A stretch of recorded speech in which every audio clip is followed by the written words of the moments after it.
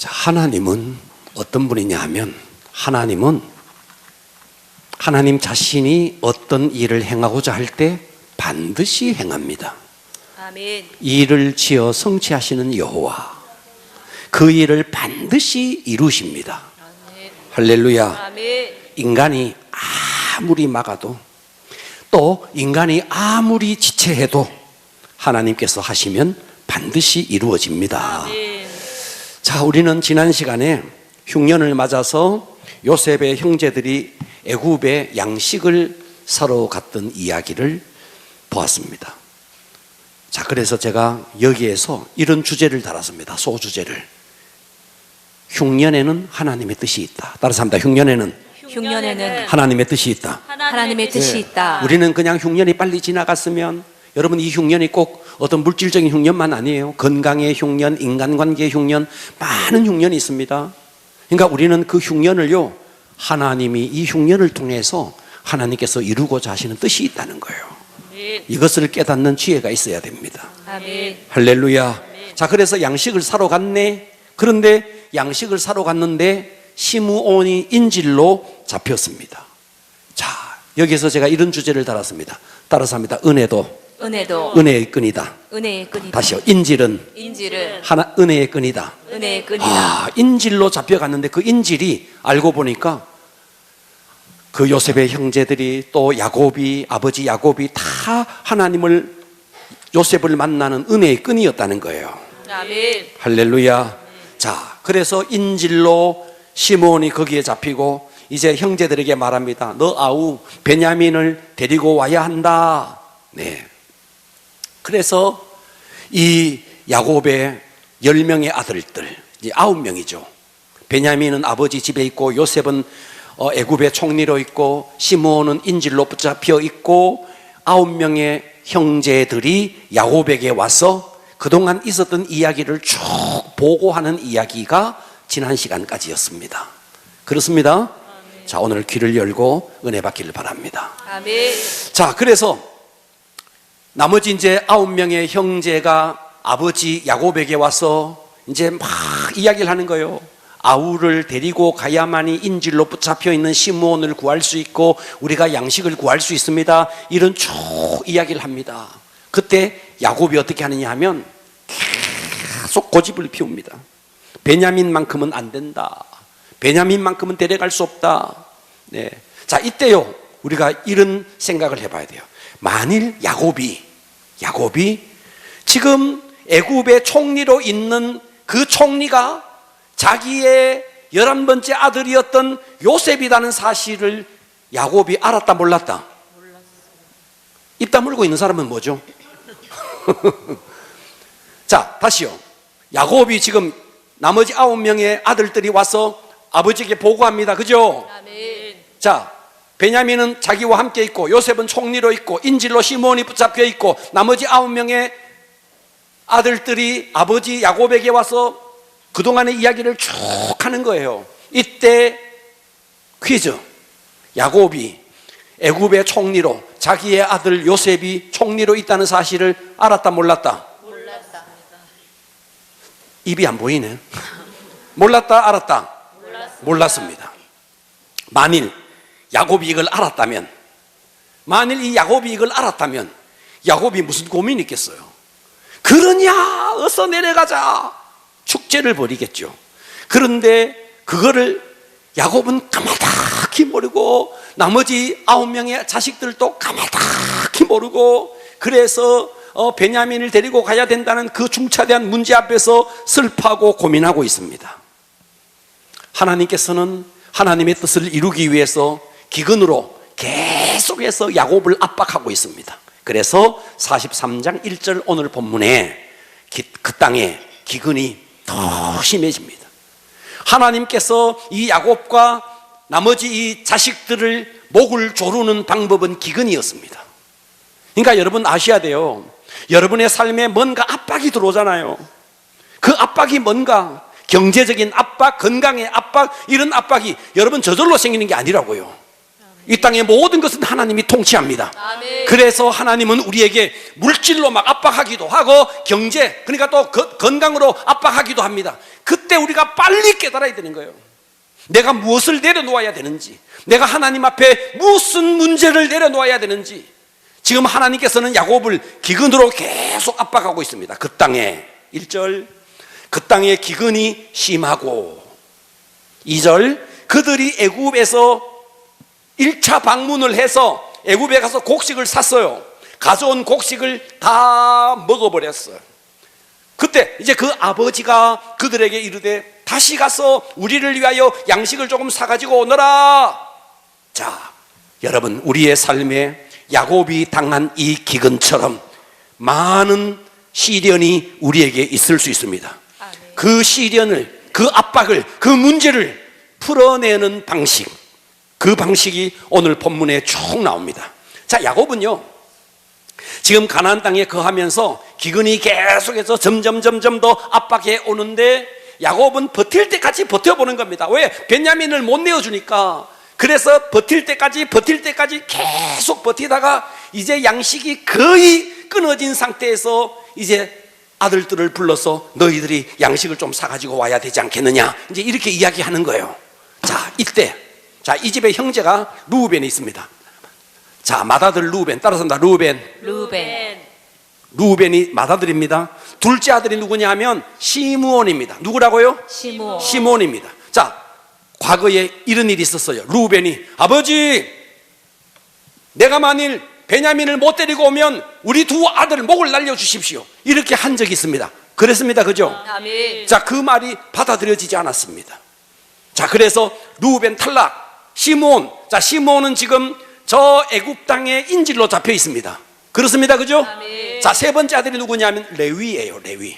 그런데 이 시므온과 레위는 사실은 동급이었습니다. 왜냐하면 그 옛날 세겜 땅에 그 세겜의 남자들 다 할례를 받으라 해서 가서 그 남자들을 다 죽인 사람이 누구냐면 시므온과 레위였습니다. 이해되시죠? 아멘. 그래서 시므온도 과격하고 잔인한 사람이었고 레위도 굉장히 과격하고 잔인한 사람이었습니다. 그래서 루벤 탈락, 시므온 탈락, 레위 탈락, 네 번째 아들, 그 네 번째 아들이 유다입니다. 할렐루야. 아멘. 그래서 이 가정에 레위가 드디어 모든 발언권을 가지고 딱 나타났어. 3절 봅니다. 자, 3절에 보면 유다가 유다가 이제 말하는 거예요. 유다의 말을 잘 한번 들어보십시오. 읽어보세요. 유다가 아버지에게 말하여 이르되 그 사람이 우리에게 엄히 경고하여 이르되. 자, 여기서 그 사람이 누굴까요? 퀴즈. 요셉입니다. 누굴까요? 요셉. 그래서 성경에요, 대명사로 지칭한 사람이 누군가만 잘 알아도 뚫린다니까. 이거를 몰라가지고. 자, 계속 읽어봅니다. 너희 아우가 너희와 함께 오지 아니하면 너희가 내 얼굴을 보지 못하리라 하였으니 아버지께서 우리 아우를 우리와 함께 보내시면 우리가 내려가서 아버지를 위하여 양식을 사려니와 아버지께서 만일 그를 보내지 아니하시면 우리는 내려가지 아니하리니 그 사람이 우리에게 말하기를 너희의 아우가 너희와 함께 오지 아니하면 너희가 내 얼굴을 보지 못하리라 하였음이니이다. 할렐루야. 자, 여기에 넷째 아들 유다. 위로는 루벤, 시몬, 레위 있었지만 그들 다 탈락. 드디어 네 번째 아들 이 유다가 나타나서 아버지에게 말을 하는데, 뭐라고 말을 하냐니까, 양식을 사기 위해서는 막내 아들 베냐민을 데리고 가야 합니다. 양식을 사기 위해서 그 애굽 땅의 그 사람이 요셉입니다. 요셉이 내세운 조건이 있습니다. 그 조건을 충족해야 됩니다. 그 조건이 뭔데? 막내 아들, 막내 동생 베냐민을 데리고 와야 됩니다 라는 이야기를 논리정연하게 야곱에게 설득하고 있는 이야기입니다. 이해되시죠? 그래서 우리는 어떤 문제를 해결할 때 한국 사람들은 간혹 이런 사람들이 있어요. 유다이 미다이 올다이, 니도 죽고 내 죽고 니 죽고 내 죽고 다 죽자, 이런 사람이 있어요. 니도 죽고 나도 죽고 우리 다 죽어버리자. 한국 사람이 이런 말 잘 써요. 자, 어떤 사람은 이렇게 말해요. 니 죽고 내 살자, 니는 죽고 나는 살자. 또 어떤 사람은 니는 살고 나는 죽자. 이거 다 안 돼요. 우리는 너도 살고 나도 살고, 아멘 합시다. 아멘. 너도 세워지고 나도 세워지고, 아멘. 이것이 문제의 해결 방법입니다. 그러니까 우리는 너도 이기고 나도 이기고, 너도 살고 나도 살고. 이게 이렇게 돼야 된다는 거예요. 그래서 우리가 어떤 문제를 해결할 때 잘 들어주셔야 돼요. 아멘. 여러분의 삶에 어떤 문제가 생길 수 있잖아요. 그런 문제 앞에서요, 너는 죽고 나는 산다, 이거 안 돼요. 아멘. 이거 안 된다고요. 너는 창피당하고 나만 살고, 안 된다고요. 너도 살고 나도 살고 아멘. 다 세워져야 되는 거예요. 아멘. 오늘 이 본문에 보면요, 야곱의 리더십과 요셉의 리더십이 교차하고 있습니다. 야곱의 리더십과 야곱의 리더십과 유다의 리더십이 교차하고 있어요. 자, 그런데 야곱의 리더십은 어떠냐면요, 야곱의 리더십은 너는 죽고 나는 살자라는 리더십이에요. 그런데 유다의 리더십은요, 너도 살고 나도 살자, 이런 리더십이에요. 자, 그래서 오늘 본문에 야곱의 리더십과 그 유다의 리더십이 동시에 등장하는데, 자, 그래서 오늘 설교의 제목 따라서 합니다. 문제 해결 방법. 문제 해결 방법. 자, 여러분의 삶에 많은 문제가 있잖아요. 그렇습니다. 그죠? 그 문제를 우리가 어떻게 해결할 것인가? 성경에 답이 있습니다. 아멘. 할렐루야. 눈을 열고, 뭐를 열고? 눈을 열고 귀를 열고, 뭐를 열고? 귀를 열고 마음을 열고, 뭐를 열고? 마음을 열고 눈을 열고 귀를 열고 마음을 열면 여러분의 삶에 산적해 있는 문제 앞에서 어떻게 이 문제를 해결할 것인가? 답이 나온다고요. 아멘. 그래서 오늘의 설교 제목, 문제 해결 방법. 이것은 야곱에게만이 적용되는 게 아니고, 요셉에게만 적용되는 게 아니고, 유다에게만 적용되는 게 아니고, 나에게 적용됩니다. 아멘. 마음을 열고 내게 주는 음성으로 듣기를 바랍니다. 아멘. 첫 번째입니다. 첫 번째는요, 문제를 해결하는데 비난은 안 돼요. 아멘. 뭐는 안 된다고요? 비난하면 안 돼. 비난은 안 돼요. 이거요, 우리가 뭘 할 때요, 자꾸만 상대를 깎아내리려고 해요. 여러분, 상대를 깎아내리려고 하면 깎아내려지는 그 사람은 감정이 없습니까? 그 사람은 인격이 없습니까?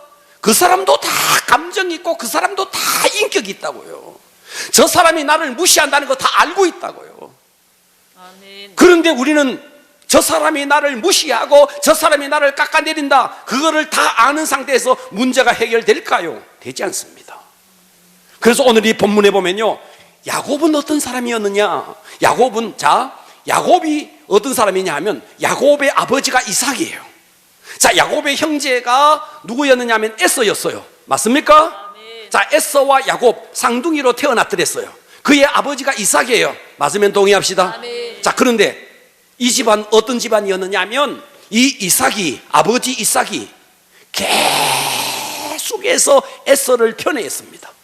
에서는 말이죠, 털이 많고 막 붉고 사냥을 잘하고 정말 사나이 같은 사나이였어요. 그래서 그 아버지 이삭은요, 계속해서 에서를 편애합니다. 그래서 이 야곱은요, 아버지로부터 이미 편애의 상처를 갖고 있었습니다. 그러다가 보니까 이 야곱은요, 그 상처를 해결하지 못한 상태에서 자기가 아이를 낳았네, 그리고 자기가 결혼을 했네. 그런데 결혼을 했는데도 그 자기의 상처가요, 이 야곱에게 부정적인 어떤 틀을 만들었어요. 자, 이 말이 굉장히 중요합니다. 여러분, 상처가 내게 임했을 때 그 상처를 씻어내지 못하면, 듣고 계시죠? 아멘. 여러분이 살아오면서 부모로부터, 때로는 형제로부터 여러분들이 상처를 받을 수 있습니다. 그 상처가 여러분들이 회복되지 못하고 치유되지 못했을 때는 그 상처가 여러분 속에서 부정적인 어떤 사건이 일어났을 때 부정적으로 해석하는 해석의 틀을 갖게 된다고요. 아멘. 네, 그렇게 됩니다. 그러니까 이 야곱은 아버지 이삭으로부터 편애를 받았습니다. 장자가 아니기 때문에 부정적인, 내가 장자가 아니어서 그래, 이런 부정적인 해석의 틀을 딱 갖게 되었습니다. 그래서요, 여러분들이요, 이런 사람이 있어요. 회사에 이 사람이 늦었어요. 이 사람은 자기 자신이 불성실해. 그래서 회사에 출근하라는 시간에 출근을 못해서, 그래서 상사로부터 야단을 맞았어요.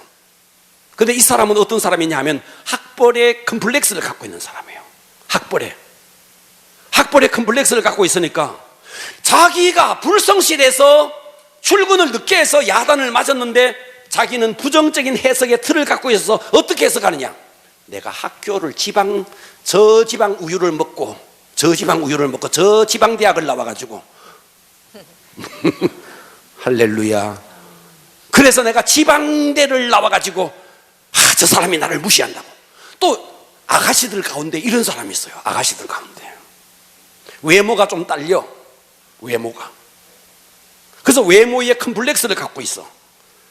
이 사람이 자기가 불성실해서 야단을 맞았는데 이 사람은요 자기 나름대로의 부정적인 해석의 틀을 갖고 있습니다. 어떻게? 내가 못생겨서 저 사람이 나를 무시한다고. 아니에요. 자기가 불성실해서 야단을 맞았는데 자기가 어떤 컴플렉스를 갖고 있느냐에 따라서 거기다가 다 대입을 하는 거예요. 그러니까 야곱은 장자에 대한 컴플렉스가 있었습니다. 그러다 보니까 그 장자권에 굉장히 집착했습니다. 그러다가 이제 라헬을 만났습니다. 라헬에게 집착합니다. 그러다가 요셉을 낳았습니다. 요셉에게 집착합니다. 라헬이 죽고 요셉을 잃어버렸습니다. 이제는 누구에게 집착하느냐? 베냐민에게 집착하는 겁니다. 듣고 계시죠? 아멘. 그러니까 우리가요 상처가 해결되지 아니하면 내 속에 부정적인 해석의 틀을 갖는다는 거예요. 아멘. 이것이 여러분에게서 해결되지 않고 치유되지 아니하면 내 속에 이 부정적인 해석의 틀을 가지고 자꾸만 어떤 사건도 부정적으로 해석하기 때문에 상대는 나에게 그렇게 상처를 주려고 하지 않는데 내가 상처를 받는 거예요. 이런 일들이 많이 일어나는 거예요. 자, 창세기 42장 38절 한번 봐봐요. 42장 전장에 있었던 일이에요. 봐봐요. 야곱이 이르되, 야곱이 이제 돌아와서 9명의 아들들이 아버지 우리가 애굽에 갔더니 그 사람이 어쩌고 저쩌고 그 사람이 요셉이에요. 요셉이 어쩌고 저쩌고 하면서 아버지에게 보고를 했습니다. 막내 아들을 데리고 가야 됩니다. 이렇게 보고를 했더니 야곱이 말합니다. 야곱이 이르되 내 아들은, 이 내 아들이 누구냐면요 베냐민이에요. 내 아들이 누구라고요? 베냐민. 베냐민이에요. 이 내 아들은 너희와 함께 내려가지 못하리니 그의 형이 누구예요? 요셉이에요. 요셉은 죽고 야곱에게는 죽었어요. 사실은 멀쩡하게 애굽에서 총리하고 있는데 그렇습니다. 그죠? 아멘. 형은 죽고 그만 남았으니 만일 너희가 가는 길에 재난이 그에게, 그 베냐민에게 미치면 너희가 내 흰머리를 슬퍼하며 서울로 내려가게 한다. 여기서 잘 보세요. 여러분들이 그냥 이 말이 그냥 이렇게 들리지만요 이 말을 곱씹어 보면 어떤 말이냐면, 자 지금 9명의 아들들이 와가지고 아버지 그 애굽의 총리가 아버지 막내 아들을 데리고 오라 그랬습니다. 그랬더니 야곱이 하는 말이 내 아들은 못 데리고 간다. 그러면 이 나머지 9명의 아들은 뭐예요? 베냐민만 네 아들이가. 듣고 계세요? 아멘. 베냐민만 당신 아들이고 우리는 종이가. 자, 우리가 이거를요 그냥 보지 말고 한번 이 말 하나하나를 뜯어보자고요. 이 야곱 자체가 굉장히 상처 속에 있는 자예요. 그러니까 말하는 것이 상대를 배려하지 않고 말하는데 이미 상대에게 상처를 주고 있는 거예요. 나머지 9명은요 그 말을 할 때 전부 다 서로 눈 보면서 우리는 뭐고 베냐민만 아들이니까. 그러면요 이 나머지 9명의 마음속에는요 더 분노가 막 일어나는 거예요. 말은 아다르고 어다른 거예요. 아멘. 여기서 내 아들 베냐민, 다른 아들은 들었을 때요 기분이 어땠을까? 얼마나 속상하고 얼마나 섭섭하고. 그러니까 만일 야곱이, 여러분들이 이런 거예요. 한번 상상해 보세요. 우리가 야곱이 저기 멀쩡하게 살아 있습니다. 야곱에게 가서 말합니다. 야곱, 당신 아들들에게 루벤, 유다, 나머지 아들들에게 왜 그렇게 상처를 많이 줬어요? 우리가 이렇게 만일 이렇게 말을 하면요 야곱은 펄쩍 뜁니다. 뭐라고? 내가 무슨 상처를 줬다고? 나는 상처 준 적이 없다고 그러는 거예요. 그런데 아들들은 이렇게 멀쩡하게 상처를 받고 있는 거예요. 자, 그래서 제가 과거에 이런 말을 설교 시간에 한 적이 있어요. 이거는요 제가 어느 교회, 저 부천 어느 교회인 거로 기억나요. 그날따라 그 교회 갔는데 그 말이 떠올랐어요. 그래서 설교를, 그 집회를 시작하기 전에 제가 이런 말을 했어요. 여러분들 가운데서 나는 교회에서 상처를 받아본 적이 있다. 나는 상처를 받아본 적이 있다. 손 한번 들어보라 그랬어요. 교회 안에서 누구에게도 좋다. 누구에게든 상처받아 본 적이 있다. 손 들어보라 그랬어요. 이야, 다 손 들었어요. 다 손들었다고요. 다 손들었어요. 손 내리라 그랬어요. 두 번째. 그러면 당신들 가운데서 나는 누군가에게 상처를 준 적이 있다. 아까는 상처 받은 적이 있다. 이제는 내가 상처를 준 적이 있다 라고 생각하는 사람 손 들어봐라 그랬어요. 3명인가 손 들었어요. 그러더니요 실눈을 뜨고 옆으로 보더니 이러더니요 이 3사람까지도 손 내려버렸어요. 실제 상황 봐봐요. 교회 안에 상처 준 사람은 아무도 없는데 상처 받은 사람은 넘쳐나는 거예요. 뭐예요? 우리는 깨달아야 되는 거예요. 지금 야곱은요 내 아들은 내려가지 못한다, 베냐민은 내려가지 못한다 이 말을 할 때요 나머지 아들들은요 시커먼 상처를 받고 있는 거예요. 그런데 야곱은 정작 자기가 상처를 주고 있는지도 모르는 거예요. 듣고 계시면 아멘. 아멘. 이것이 오늘 우리의 문제라는 거예요. 아멘. 나는 상처를 받아서 저 사람에게, 근데 저 사람은 상처를 줬다고 생각을 못하는 거예요. 교회 안에 상처받은 사람은 넘쳐나는데 상처를 준 사람은 없으니 누가 상처를 줬죠? 천사가 내려와서 상처를 줬습니까? 하나님이 여러분에게 상처를 줬습니까? 예수님이 상처를 줬습니까? 누군가가 상처를 줬으니까 받았는데 준 사람은 없는데 받은 사람은 넘쳐나니 이 아이러니를 어떻게 해석하죠? 바로 이것이 여러분들이 갖고 있는 부정적인 삶의 해석의 틀이라는 거예요. 아멘. 내 틀을 상대에게 적용을 시키는 거예요. 아멘. 내 틀을 상대에게 그대로 입력을 시키는 거예요. 상대는 받아들일 자세가 되어 있지 않는데 이것을 입력을 시키려고 하니 상대는 상처를 받는 거예요. 여러분, 오늘 여러분 우리는요 이 본문을요 문제를 해결하는 방법, 여러분의 삶의 앞에 어떤 문제가 있을 때 문제를 해결하는 방법을요 정말 하나님이 주는 말씀 이 앞에서 여러분 스스로를 돌아보셔야 됩니다. 아멘. 할렐루야. 그러니 야곱 자체가 상처투성이니 이 사건 앞에서 어떻게 반응하느냐. 6절 보십시오. 이스라엘이 이르되 43장 6절입니다. 너희가 어찌하여 너희에게 또 아우가, 베냐민이죠, 아우가 있다고 그 사람 요셉입니다. 총리가 된 요셉입니다. 그에게 말하여 나를 괴롭게 하였느냐. 너희들은 왜 아우가 있다고 말하였느냐. 베냐민에 대해서 지금 야곱은 집착하고 있으니까 다른 아들을 비난하는 겁니다. 왜 너희들이 쓸데없이 베냐민 있다고 말을 해가지고 베냐민을 데려가게 만드느냐. 쓸데없이 하면서 야곱은 나머지 아들들을 이렇게 비난하고 있는 거예요. 그랬더니 7절에 그들이 이르되, 그 사람 요셉입니다. 총리가 된 요셉입니다. 우리와 우리의 친족에 대하여 자세히 물었습니다. 사실은요 자기들이 먼저 나팔을 불었어요. 묻지도 않았는데 자기들이 뭐라고 물었어요. 그래서 요셉이가 물었던 겁니다. 그들이 이르되 그 사람이 우리와 우리의 친족에 대해서 자세히 질문하여 이르기를 너희 아버지가 아직 살아계시느냐, 너희에게 아우가 있느냐 하기로 그 묻는 말에 따라 그에게 대답한 것이니 그가 너희의 아우를 데리고 내려오라 할 줄을 우리가 어찌 알았으리요. 어떻게 알았을까요? 어떻게 우리가 그 사람이 베냐민을 데리고 오라고 할 줄을 알았겠습니까? 얼떨결에 말하다 보니까, 여러분 얼떨결에 말하다 비밀 다 이야기합니다. 비밀은요 내 입에서 나가는 건 비밀 없어요. 비밀 지켜. 딴 사람한테 가가지고 비밀 지켜. 나중에 보면 동서남북 사방팔방 다 알아요. 그런 경우들이 많아요. 그러니까 이 사람들은 얼떨결에 베냐민이 있다고 이렇게 이야기하는 거예요. 여러분, 지금 야곱은 나머지 아들들을 비난하고 있습니다. 비난은 문제를 더 꼬이게 만듭니다.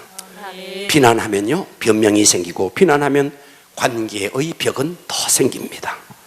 할렐루야. 그 때문에 우리는 이렇게 해야 돼요. 자, 봐봐요.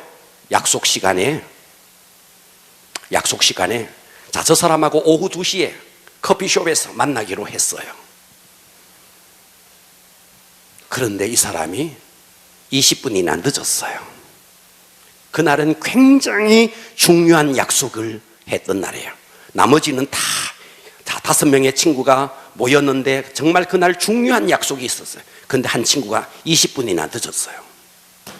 그때 여러분의 반응은 어떠냐 하면요, 오늘 같은 날 네가 왜 늦노? 오늘 같은 날. 오늘 같은 날 늦어서 어떻게 하노? 자, 대개의 사람들 이렇게 반응하는 거예요.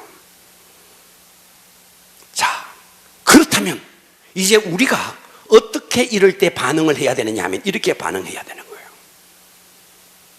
오늘하고 얼마나 수고가 많았노? 이제라도 왔으니 다행이다. 괜찮다. 여러분, 이렇게 말하는 사람과 왜 늦었는데 오늘 같은 날 똑같이 늦었다는 걸 이야기하는데 상대가 받아들이는 것은 전혀 다릅니다. 자, 봐봐요. 여러분이 회사에서 같은 실수를 반복하는 여러분의 직원, 후배 직원, 후배가 있다고 생각해 봅시다. 여러분의 부하 직원이 계속해서 반복된 실수를 합니다. 보통 사람은 이렇게 반응할 수 있습니다. 또 실수했나? 너는 앞이 안 보인다. 또 실수했나? 너는 앞이 안 보인다. 대개의 상사는 이렇게 이야기할 수 있습니다. 그렇다면 저와 여러분은 이때 어떻게 반응해야 되느냐? 실수했어요. 그래, 그럴 수도 있지. 다음에 잘하면 되지 하고 웃고 넘어가 주는 거예요. 주무십니까? 듣고 계십니까? 아멘. 자, 똑같은 사건 앞에서 여러분들이 어떻게 반응하느냐? 봐봐요. 이 가운데 계신 남편 여러분, 저를 포함해서 남성 동지 여러분 듣고 계십니까? 유 집사님 듣고 계십니까?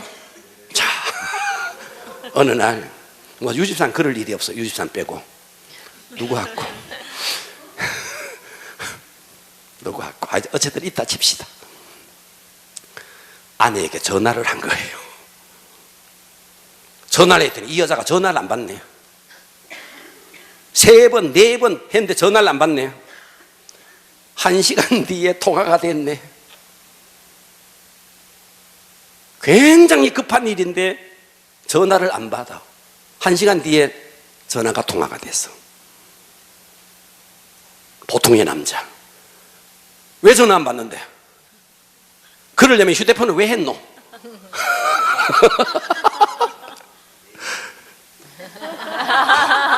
뭐라 그래? 내 이야기라고.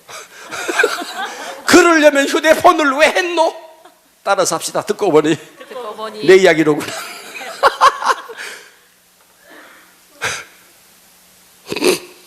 제가 그랬어요. 저를 포함해서 그랬어요. 그러면 앞으로 우리는 어떻게 반응해야 되느냐? 나는 통화가 안 돼서 큰일 난 줄 알았다. 그래도 큰일이 아니니 다행이네. 됐다. 자, 이 두 가지 반응이 있어요. 이 두 가지 반응이 있어요. 여러분, 우리가 비난하면 내 속은 시원할 수 있어요. 속은 시원할 수 있어요. 근데 비난은 해결책이 아니라는 거예요. 아멘. 할렐루야. 아멘. 지금 야곱은요, 지금 나머지 9명의 아들들에게요 막 계속 비난하는 거예요. 자, 문제 해결 방법 두 번째입니다. 두 번째는요, 책임지는 자세예요. 뭐라고요? 책임지는 자세. 책임을 지르는 자세예요. 자, 이때 문제를 해결하기 위해서 누가 딱 등장하느냐 하면 유다가 딱 등장합니다. 드디어 유다가 등장해서 유다가 뭐라고 말하느냐? 8절 보십시오. 8절 읽어보세요. 유다가 그의 아버지 이스라엘에게 이르되 저 아이를 나와 함께 보내시면 우리가 곧 가리니 그러면 우리와 아버지와 우리 어린 아이들이 다 살고 죽지 아니하리이다.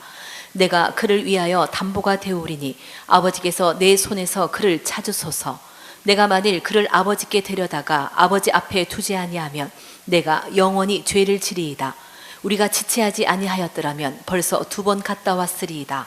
자, 여기에 보니까 내가 그를 위해서 담보가 되겠다 그랬어요. 그렇죠, 그죠? 아멘. 내가 그를 위해서 담보가 되겠다. 무슨 말이냐? 내가 책임지겠다 이 말이에요. 아멘. 자, 유다가 책임졌네. 그래서 유다가 죽었나요? 안 죽었어요. 베냐민을 잃었나요? 안 잃었어요. 결국 어떻게 되는데 그들이 가서 요셉이 드디어 커밍아웃 합니다. 내가 당신들의 아우요 하면서 커밍아웃 합니다. 결국 그 가나안 땅에 살던 야곱까지 모셔 내려오게 합니다. 이게 뭐예요? 나도 살고 너도 살고. 여러분, 비난은 절대로 안 됩니다. 여러분, 상대가 명백한 실수를 했어요. 그럴지라도 비난은 해결 방법이 아니에요. 아멘. 우리는요, 상대를 어떻게 살릴 것인가를 생각해야 돼요. 어떻게 저 영혼을 살려낼 것인가, 어떻게 저도 살고 나도 살 것인가, 이걸 생각해야 되는 거예요. 그럴 때 이 유다는 어떻게 하냐니까 자기가 책임을 지겠다는 거예요. 할렐루야. 아멘. 희생하고 책임지면 어떤 일이 생기느냐. 우리는 알아요. 루벤, 시므온, 레위, 그리고 네 번째 아들이 유다예요. 그런데 놀랍게도 이 유다를 통해서 누가 나오느냐? 다윗이 나와요. 유다를 통해서 누가 나오느냐? 솔로몬이 나와요. 유다를 통해서 유다의 그 20명의 왕들이 나와요. 그 유다를 통해서 누가 나오느냐? 마지막에 메시아 대신 예수 그리스도가 나오는 거예요. 아멘. 어떻게 할 때? 책임지려고 할 때. 아멘. 비난하지 않고 그 문제를 자기가 몸소 책임지려고 할 때 하나님은 그를 그냥 두지 않는 거예요. 그래서 유다가 실상은 이 야곱의 가정의 장자가 되는 거예요. 유다가 장자가 돼서 그 유다 지파를 통해서 누가 나오느냐? 메시아가 나오는 것입니다. 아멘. 할렐루야. 그러니까 우리는요, 교회가 어떤 어려운 문제에 부딪혔다 그럴 때요, 눈치를 보면서 누가 앞장서느냐, 누가 책임지느냐, 눈치 보면 여러분들은 평생 비겁한 인생을 살게 되는 겁니다. 그러나 여러분들이 정말 책임지고 정말 그 문제를 여러분이 몸소 희생을 하고자 하는 그런 마음을 가지면요, 어떤 공동체 안에서도 그가 리더십이 됩니다. 아멘. 교회 안에서는 누가 리더십인데요? 여러분, 하나님께서 목회자를 세웠다고 목회자가 리더십일까요? 천만에요, 만만해요? 그렇지 않습니다. 장로가 세워졌습니다. 장로가 리더십일까요? 천만에요, 천만에요? 그렇지 않습니다. 목사가 리더십일 수 있어요. 장로님이 리더십일 수 있어요. 권사님이 리더십일 수 있어요. 그러나 아닐 수도 있어요. 그러면 어떻게 해야 되는데요? 희생하는 사람이에요. 그 공동체를 위해서 희생하는 사람이에요. 여러분, 이제 내일이면 어버이 주일이에요. 어버이 주일. 여러분들은 왜 아버지 하면 가슴이 별론데 어머니 하면 찡찡하죠? 왜 그렇죠? 어머니가 나를 위해서 희생했다는 걸 우리가 아는 거예요. 진자리 마른 자리 갈아뉘으며 어머니가 그 힘든 상황 속에서 나를 키워줬다는 걸 자식들은 다 아는 거예요. 그러니까 희생하는 사람이 리더십이 되는 거예요. 그러니까 지금 여기에 나머지 자식들은 입도 띄지 않고 꾹 다물고 있는 거예요. 그런데 유다가 탁 나타나서 내가 책임지겠습니다. 내가 책임지겠습니다. 여러분, 우리 대구 열방교회의 최고의 리더십은요, 누가 리더십일까요? 목회자인 제가 우리 교회를 이끌어가는 리더십일까요? 그럴 수 있어요. 그러나 아닐 수도 있어요. 어떤 자가 진짜 리더십이냐? 그 공동체를 위해서 희생하는 사람이에요. 아멘. 그 공동체를 위해서 책임지는 사람이에요. 아멘. 그 공동체에 어려움이 있을 때 온몸으로 감당하는 사람이 그 공동체의 리더십인 거예요. 아멘. 놀랍게도요, 일본과 우리나라는요, 일본의 회사와 우리나라 회사를 딱 조사를 했는데 부도의 위기를 딱 경험하면 일본의 리더십 경영자들은요, 자기의 가지고 있는 아파트, 자기가 가지고 있는 땅 모든 것을 팔아서 회사를 세우려고 하는 거예요. 그런데 우리나라 리더십은 어떠냐면요, 나머지 회사가 지금 넘어가려고 하니까 회사에 있는 것까지도 빼내서 자기 살 궁리만 하는 거예요. 이것이 한국 사람의 리더십인 거예요. 여러분, 교회의 가장 중요한 리더십은요, 우리 교회를 위해서 가장 많이 기도하고 가장 많이 눈물 흘리고 가장 많이 책임지고 가장 많이 희생하는 사람이 하나님께서 그 사람을 리더십으로 세우는 것입니다. 아멘. 그러니까 지금 이 상황 속에서 나머지 자식들이 입 딱 다물고 있는데 유다가 나타나서 내가 책임지겠다는 겁니다. 내가 그를 위하여 담보가 되겠습니다. 아버지께서 내 손에서 그를 찾으셔서 내가 만일 그를 아버지께로 데려오지 않으면 아버지 앞에서 내가 영원히 죄를 짓습니다. 이렇게 자기가 다 책임지려고 하니까 여러분, 바울이 말이죠, 죄인이 되어서 로마로 압송되고 있었습니다. 유라굴로라는 풍랑이 막 일어났습니다. 예. 몇 날 며칠 해도 달도 별도 아무것도 보이지 않는 정말 흑암천지였습니다. 그때 바울이 거기에 타고 있는 276명의 그 배 속에 있는 사람들을 중보합니다. 나머지 사람들은 기도한 흔적이 없어요. 그런데 바울은요, 거기서요, 그들을 품고 막 중보하는 거예요. 그 중보 기도하는 바울에게 하나님이 천사를 통해서 나타났습니다. 바울이 책임을 지려고 하니까, 여러분, 죄수로 끌려가던 그가요, 압송되어서 가는 그가요, 그 배에서 리더십으로 하나님이 딱 세워버리는 거예요. 아멘. 명심하십시오. 어느 공동체든 희생하고 책임지고, 할렐루야, 아멘. 이런 사람이 리더십이 되는 거예요. 아멘. 사도행전 27장 23 읽어보세요. 여러 날 동안 해도 별도 보이지 아니하고 큰 풍랑이 그대로 있음에 구원의 여망마저 없어졌더라. 여러 사람이 오래 먹지 못하였음에 바울이 가운데 서서 말하되, 여러분이여 내 말을 듣고 그레데에서 떠나지 아니하여 이 타격과 손상을 면하였더라면 좋을 뻔하였느니라. 내가 너희를 권하노니 이제는 안심하라. 너희 중 아무도 생명에는 아무런 손상이 없겠고 오직 배뿐이리라. 내가 속한 바 곧 내가 섬기는 하나님의 사자가 어젯밤에 내 곁에 서서 말하되, 바울아 두려워하지 말라. 내가 가이사 앞에 서야 하겠고 또 하나님께서 너와 함께 항해하는 자를 다 내게 주셨다 하였으니, 그러므로 여러분이여 안심하라. 나는 내게 말씀하신 그대로 되리라고 하나님을 믿노라. 할렐루야. 바울이 죄수였습니다. 그런데 그 배 안의 사람을 책임지려고 하니까 죄수였던 바울이 그 배의 지도자가 되어버립니다. 지도자는 입으로 지도자가 되는 거 아닙니다. 입으로 뭘 떠든다고 지도자가 되는 거 아닙니다. 지도자는요, 희생과 책임을 통해서 지도자가 되는 겁니다. 그때 문제가 풀리는 겁니다. 할렐루야. 문제 해결 방법 세 번째입니다. 위탁해야 됩니다. 뭐 해야 된다고요? 위탁해야 한다. 뭐 해야 된다고요? 위탁해야 한다. 위탁해야 됩니다. 자, 이제 유다가 어쩌고 저쩌고 이제 이야기했어요. 아버지, 저 애굽에 있던 그 총리가 베냐민을 데리고 와야 됩니다. 제가 책임지겠습니다. 이 말에 아버지 야곱이 설득이 됐습니다. 그래서 11절 이렇게 말해요. 그들이 아버지 이스라엘이 그들에게 이르되, 그들의 아버지 이스라엘이 야곱입니다. 야곱이 그들에게 이르되 그리 할진대 이렇게 하라. 좋다. 그러면 어떻게 하느냐? 너희는 이 땅의 아름다운 소산을 그릇에 담아가지고 내려가서 그 사람에게 예물로 드리라. 야, 야곱은요, 선물을 준비하는 거예요. 선물을. 선물. 여러분, 선물은요, 마음을 여는 겁니다. 아멘. 선물은 마음을 여는 겁니다. 할렐루야. 아멘. 여러분, 선물이요, 상대가 부담스럽게 느끼면 선물이 아니고 뇌물이 됩니다. 상대가 기쁘게 받을 수 있으면 선물입니다. 아멘. 할렐루야. 아멘. 선물은요, 마음의 문을 여는 거예요. 우리는 군대에서 이런 말, 오늘 제대한 친구 군대에서요, 우리 이런 말 많이 했어요. 여러분들은 그 말을 잘 모를 거예요. 오고 가는 짜웅, 짜웅이라. 심장노님, 짜웅이 뭐예요? 그게 뇌물입니까? 뇌물 같은 의미로 쓰였습니다. 오고 가는 짜웅 속에 밝아지는 내 무생활. 군대에서 그런 말 많이 썼어요. 지금 야곱은요, 선물을 준비하는 거예요. 선물을. 아름다운 소산을, 11절 보세요. 이 땅의 아름다운 소산을 그릇에 가지고 내려가서 그 사람에게 예물로 드리라. 11절 띄워주세요. 곧 유향 조금과 꿀 조금과 보고 계시죠? 아멘. 여러분, 이거 선물입니다. 그죠?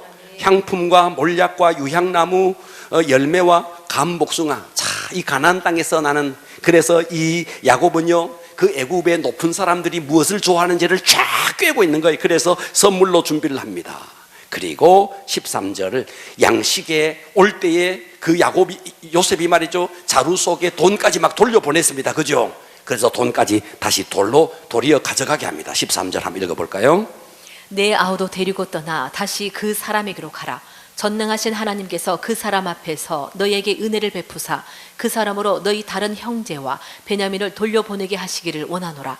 내가 자식을 잃게 되면 이르리로다. 그 형제들이 예물을 마련하고 갑절의 돈을 자기들의 손에 가지고 베냐민을 데리고 애굽에 내려가서 요셉 앞에 서니라. 할렐루야. 좀 전까지 베냐민을 데리고 갈 수 없다라고 완강하게 말했던 이 야곱이요, 드디어 이런 표현을 해요. 14절에 보니까 전능하신 하나님께서 그 사람 앞에서 너희에게 은혜를 베푸사. 따라서 합니다. 은혜를 베푸사. 은혜를 베푸사. 야곱의 입에서 은혜라는 말을 하는 거예요.